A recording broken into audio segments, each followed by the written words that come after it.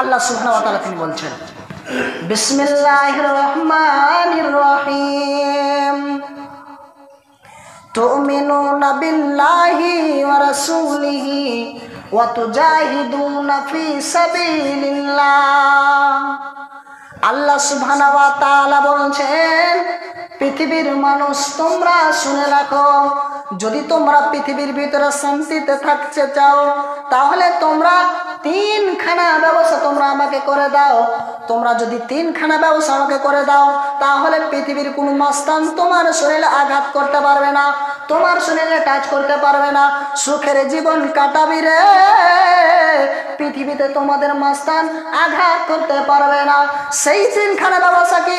আল্লাহ সুবহানাহু ওয়া তাআলা প্রথমে বলছেন তুমিনুনা বিল্লাহ, প্রথমে এক আল্লাহর উপরে ঈমান রাখতে হবে। প্রথম নাম্বার আল্লাহর উপরে ঈমান রাখতে হবে। ঈমান আমাদের কেমন আছে? দুজন ছেলে ঝগড়া করছে টাকা পয়সা নিয়ে, বলছে অমুক দিন তোকে আমি 5 টাকা দিয়েছিলাম, 5 টাকাটা দে, আজকে আমার দরকার। বলছে তুমি কখন টাকা দিলে, তুমি আমাকে টাকা দাও না। এবার পরে একজন এসে বলছেন, এই আব্দুল রহিম ঝগড়া কেন করছো? বলছে আমি ওকে 5 টাকা দিয়েছি, বলছে দেয়নি টাকা। বলছে লক করে থাকো, চুপচাপ থাকো, দুজনে লক করে থাকো, কথা বলা বের করে না, ঝগড়া করিও না। আল্লাহ যদি থাকে তাহলে বিচার হয়ে যাবে। বলেন তো, আল্লাহ যদি থাকে বিচার হয়ে যাবে। বলেন তো কথাটা ঠিক বলেছে? কথাটা ঠিক বলেছে? যে কথাটা সম্পূর্ণ ভুল। আল্লাহ যদি থাকে তার মানে কি? আল্লাহ নাও থাকতে পারে, নাউজুবিল্লাহ। কেউ যদি বলে আল্লাহ যদি থাকে তাহলে তোকে দেখে নেব, জানতে হবে সেই পাক্কা চিটার বেঈমান, তার ঈমান নাই। আল্লাহ যদি থাকে নয়, ঈমানদার বলবে আল্লাহ আছেই, তোকে দেখে নেব, এরই নাম ঈমান। অতএব আল্লাহর ব্যাপারে আগার মাগার লেকিন বলা যাবে না। এটা 1 নম্বর ব্যবসা। 2 নম্বর ব্যবসার কথা বলছেন ওয়া রাসূলিহি, এবং আমার নবীর উপরে ঈমান রাখতে হবে। 2খানা ব্যবসার পরে আল্লাহ সুবহানাহু ওয়া তাআলা 3 নম্বর ব্যবসার কথা বলছেন, বান্দারে যদি তোমরা পৃথিবীর ভিতরে শান্তিতে থাকতে চাও তাহলে 3 নম্বর ব্যবসাটাও তোমরা আমাকে করে দাও। সেই 3 নম্বর ব্যবসাটা কি? আল্লাহ সুবহানাহু ওয়া তাআলা বলছেন ওয়া তুজাহিদুনা ফি সাবিলিল্লাহ।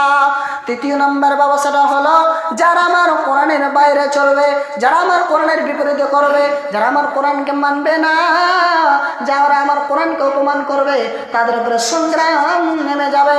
যুবকরে তোমার জীবন চলে না কেন এত কোনো যায় আসে না।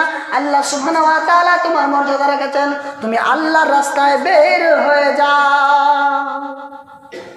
তুমি আল্লাহর রাস্তায় বের হয়ে যাও।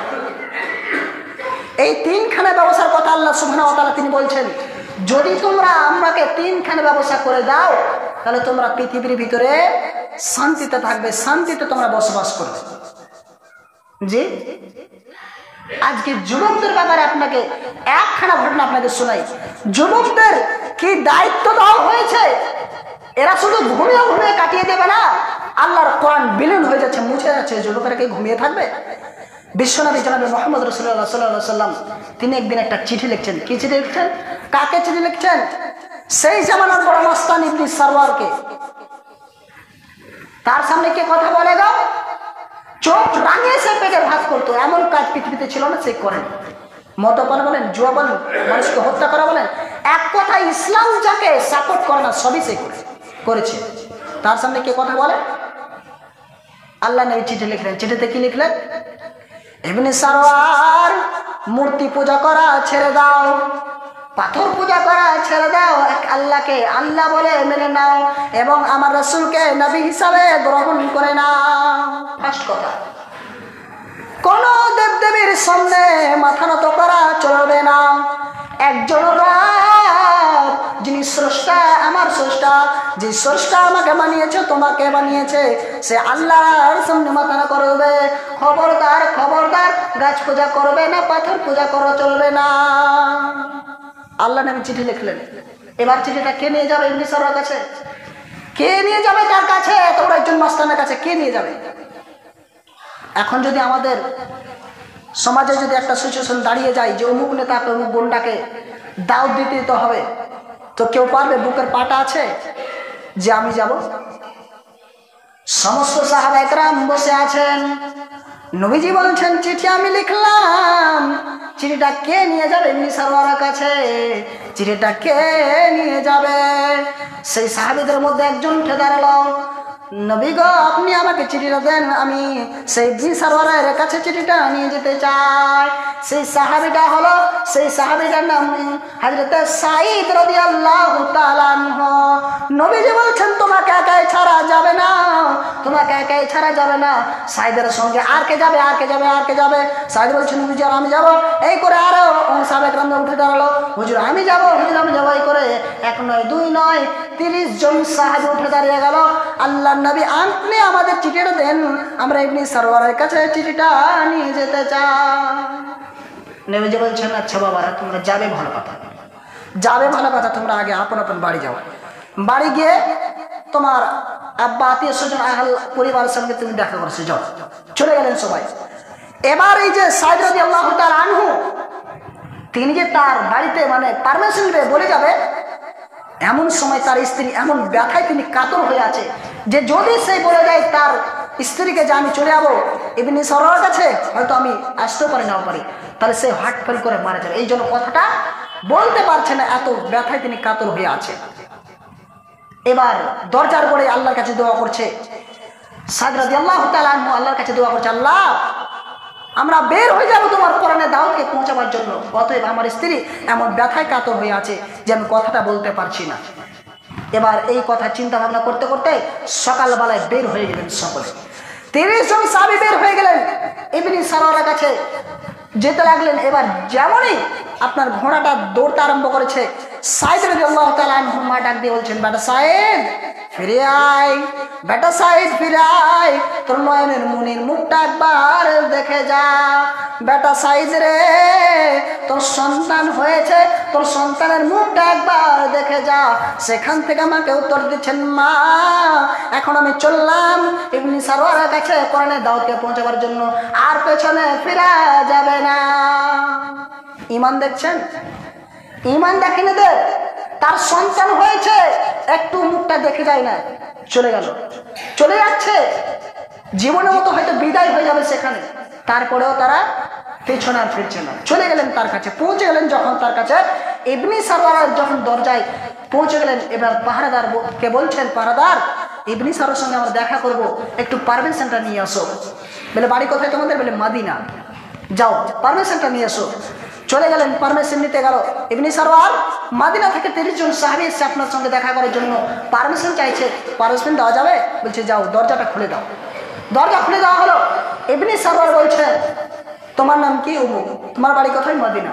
এই করে করে 30 জন সাহাবীকে নাম ঠিকানা শব্দে জিজ্ঞেস করা হলো। এবার বলছেন তোমাদের আসার কারণ কি, কি চাও তোমরা, কি চাও তোমরা? এবার 29 জন সাহাবী দাঁড়িয়ে আছেন আর হযরত সাঈদ রাদিয়াল্লাহু তাআলা আনহু তিনি কথা বলছেন ইবনে সারওয়ার আমাদের নিজস্ব কোনো বক্তব্য নাই, আমাদের চিফ মিনিস্টার নবী মুহাম্মদ রাসূলুল্লাহ সাল্লাল্লাহু আলাইহি ওয়াসাল্লাম তিনি আমাদেরকে একটা চিঠি দিয়েছেন, এই চিঠিতে জালি খাচ্ছে, তাই আমাদের নিজস্ব কোনো বক্তব্য নাই। চিঠিটা দেওয়া হলো তাকে। চিঠিটা যেমন দিয়েছে আর চিঠিটা এইভাবে যেমন খুলতে আরম্ভ করেছে, পাগলা কুত্তা তো দেখেছেন আপনারা কেমন চিৎকার করে, যেমন চিঠিটা খুলে যা তাকে আমাকে নবী বলে মেনে নিতে হবে। যে একজন একদিন ছাগল চড়িয়ে চড়িয়ে খায় আর তাকে আমাকে নবী বলে মেনে নিতে হবে? কে তোমাদের এত বড় সাহস ছিল আমার সামনে কথা বলা? ইবনে সারওয়ার নবীজি পাঠিয়েছেন, আমরা বললাম, এবার মানবেন না মানবেন এটা আপনার ব্যাপার। পাহারাদারকে বলছেন ইবনে সারওয়ার সে মস্তান, এদের 30 জন সাহাবীকে লোহার শিকল দিয়ে বেঁধে দাও, সূর্যাস্ত যাওয়ার পরে এদের কাতার হয়ে ফাঁসি হয়। বেঁধে দিলেন 30 জন সাহাবীকে যখন বেঁধে দিলেন, এবার ইবনে সারওয়ার হযরত সাঈদ রাদিয়াল্লাহু তাআলা আনহুকে বলছেন যে যদি তোমার কোনো আশা আকাঙ্ক্ষা থাকে তাহলে বলো, সেটা পূর্ণ করা যাবে। বলছেন ইবনে সারওয়ার শুধুমাত্র আমার একটাই আশা রয়েছে, একটাই আশা রয়েছে যে আমার সন্তান একটা হয়েছে আমি দেখে আসতে পারিনি, এই জন্য একটু আমার সন্তানটাকে একটু দেখে আসতে চাই। বলে এটা কি করে সম্ভব? বাড়ি যাবে আবার তুমি ভয়ে আসতেও পারে না পারো, না না এটা অনুমতি তোমাকে দেওয়া যাবে না। তাহলে যদি এবার কিন্তু তোমার জানে কেউ জামিনদার হয় তাহলে পারমিশন দেওয়া যাবে। সেখানে করে একজন ইসহাক নামে বন্দীদের নামে ছিল একজন ইসহাক নামে ছিল ব্যক্তি। তিনি বলছেন মিসরওয়ার আমি তার জানের জামিনদার হয়ে গেলাম, সেই যদি না আসে আমাকে ফাঁসি দেবে। জানের জামিনদার হয়ে গেলেন, শুয়ে গেলেন, নিজের মাথাটা রেখে দেন। চলে এলেন হযরত সাঈদ রাদিয়াল্লাহু তাআলা আনহু। আসার পর এবার টাইম হতে আসছে, এদিকে সূর্য অস্ত ফাঁসি হবে, টাইম হতে আসছে। আর সাহেবেরা রাস্তার দিকে তাকিয়ে আছে, ভাই সাহেব ফিরে আয়, নইলে আমাদের চরিত্রে কালো দাগ পড়ে যাবে। শুধু এই কথা বলতে বলতে বলতে বলতে তাদের মুখগুলি কালো হয়ে গেছে। কেন কালো হয়ে গেছে? ফাঁসি হয়ে যেন জি না, তারা মরে যাবে, চলে যাবে, এই নিয়ে চিন্তা ভাবনা করে না, জানের পরোয়া করে না। এটাই চিন্তা করছে, ভাই সাহেব তাড়াতাড়ি ফিরে আয়, নইলে আমাদের চরিত্রে কালো দাগ পড়ে যাবে। এবার দেখছেন রাস্তার দিকে একটা ধুলার ভোম করে উঠছে ওপর দিকে। তখন তাদের মুখটা খসে গেল, কারণ জানতে পারলো আমাদের ভাই চলে আসছে, দৌড়ে চলে আসছে আমাদের দিকে। এবার যখন সাঈদ রাদিয়াল্লাহু তাআলা আনহু তিনি চলে এলেন, ঘোড়া থেকে লাফ মেরে এসে ওই ইসহাক নামে বন্দীটা ছিল তাকে উঠিয়ে দিয়ে নিজের মাথাটা রেখে দিল। এবার ইবনে সারার বলছে, ওই যাও যাও, সময় হয়ে গেছে, একের পর এক তোমার কাজটা তুমি শুরু করে দাও। এবার যখন ছোরাটা নিয়ে, তলোয়ারটা নিয়ে যখন এবার কাতাল করতে যাবে, শেষের বেলায় দুটি কথা বলছেন এই সাঈদ রাদিয়াল্লাহু তাআলা আনহু। তিনি বলছেন, হ্যাঁ শুনে রাখো তোমরা, এই যে আমরা সাহাবীরা ওয়াদা দিয়ে কোনোদিন ওয়াদা ভঙ্গ করি না, ওয়াদা দিয়েছিলাম চলে এসেছি, এবার তুমি তোমার কাজ শুরু করো, তুমি আমার গলায় ছুরি চালিয়ে দাও। এবার যখন সেই পাহারাদার যখন ছুরিটা চালাতে যাবে, তখন থরথর করে হাতটা কাঁপতে কাঁপতে তার ছুরিটাকে তিনি ফেলে দিলেন জমিনে।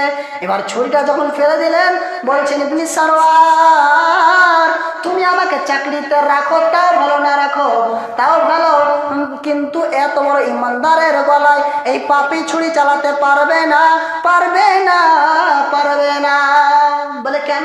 বলে এদের যাই মানে স্ত্রী, যাই মানে জজবা, আমার মনে হয় এরাই ঠিক জায়গা দাঁড়িয়ে আছে, আর এরা কোনো জীবনের পরোয়াই করে না।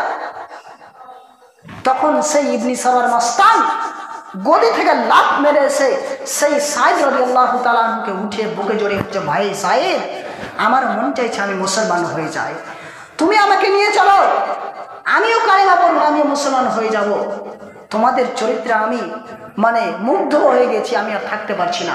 তখন সাঈদ রাদিয়াল্লাহু তাআলা আনহু তিনি বলছেন, ইবনে সারওয়ার আমাকে তো তুমি ফটোকপি জেরক্স করে দেখছো, যিনি অরিজিনাল মানুষ মদিনার মাটিতে বসে আছে, যদি তাকে তুমি দেখো তাহলে তোমার কলিজাটা তার পায়ের নিচে দেওয়ার ইচ্ছা করবে।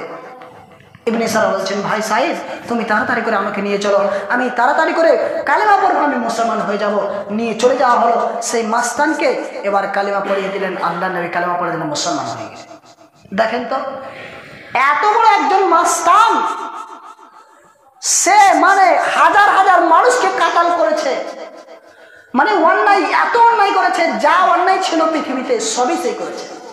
তারপরেও সাহাবীরা কিভাবে বুকে সাহস নিয়ে কোরআনের দাওয়াতটা পৌঁছতে গেলেন, কিভাবে। আর আজকে আমরা এই দাওয়াত নিয়ে যাব না, বাড়ি বাড়ি গ্রাম গ্রামে এই দাওয়াত নিয়ে যাবো না যে নামাজ পড়ো, এই কোরআন পড়ো, কোরআনটা মানতে হবে, তোমার বেটাকে একটা মাদ্রাসা দাও, এই নিয়ে আমরা চিন্তা ভাবনা নয়। ওই নেতা আছে, মন্ত্রী আছে, তাদের আমরা গোলামি করি, তাদের জন্য আমরা ভোট চেয়ে বেড়াই, তাদের জন্য বলি একে ভোটটা দিও। কিন্তু আমরা এই নবী যে কথা বলেছে, নবী যে আমাদেরকে উপদেশ দিয়েছে, নবী যে আমাদের জন্য এত কষ্ট করে ইসলাম খায় যে আমাদের বাড়িতে পৌঁছে দিয়েছেন, তা নিয়ে আমাদের ভাবনা চিন্তা নেই।